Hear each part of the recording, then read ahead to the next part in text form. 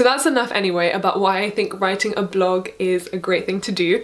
If you have been convinced, then now is the time to share those tips of how to go about actually starting your blog. So the first thing you're going to want to do is sign up to a blog publishing service.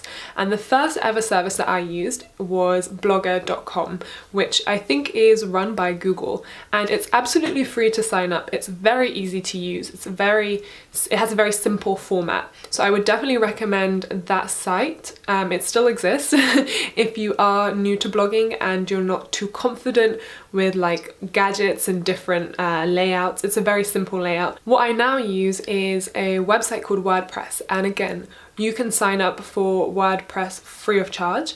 And then if you are invested in blogging and you want to personalize the layout of your blog, or you want to have your own domain, your own name for your website, then you can add on those extra things later on. But I would say to start off with, I would just go with a free domain, a free sign up, because you're probably just trying out blogging. You might not actually like it, and that's absolutely fine. But I think it's better to start off with something free rather than invest a lot of money into it and then see if you like it. So now that you've got yourself a login, you want to actually start designing your blog. And this is the fun part, at least for me, I think it's fun. So the first thing I would recommend is obviously choosing a name for your blog. And a name, although might seem like a small thing, is actually very important, because it's how people will search you, it's how people will find you, and it's the first thing people will see when they access your blog. So that might be the thing that encourages them to stay, or they might be like, I'm not interested. And what I would recommend if you are thinking of a name is to choose something that reflects the content that you're posting on your blog.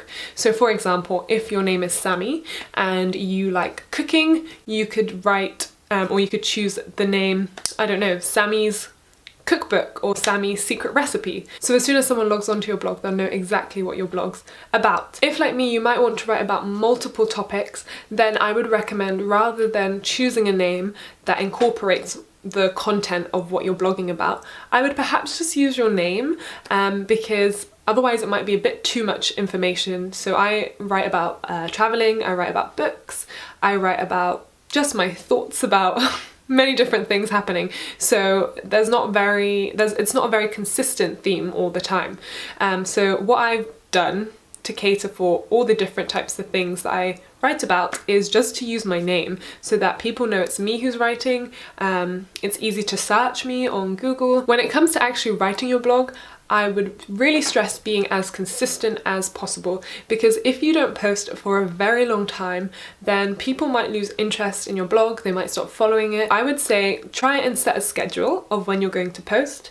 Perhaps every week or even every 2 weeks is a bit too much to start off with. So maybe start at once a month, and then if you feel that you have a lot of content that you can offer, that you have the time to blog, because blogging is also quite time consuming, then you can reduce that to every 2 weeks, every 3 weeks, so that you have content coming out regularly and people are staying engaged with your blog. And my last tip would be to share your blog with your friends and family. And I know this can be daunting, especially if you are just starting your blog.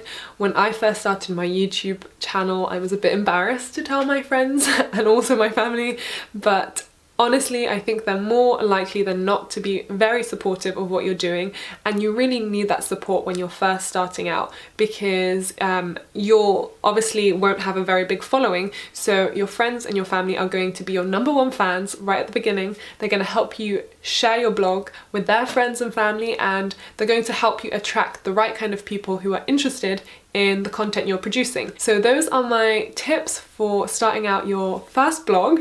I hope that they were useful, and if they were, please make sure to share this with your friends or family members who might also be interested in writing or starting up their own blog as well, so that everyone can benefit from this video. If you do have any tips yourself, then comment below and we can share that with our online community as well. That's all I guess I have for today. So with that, happy blogging, and I'll see you in the next one. Bye guys!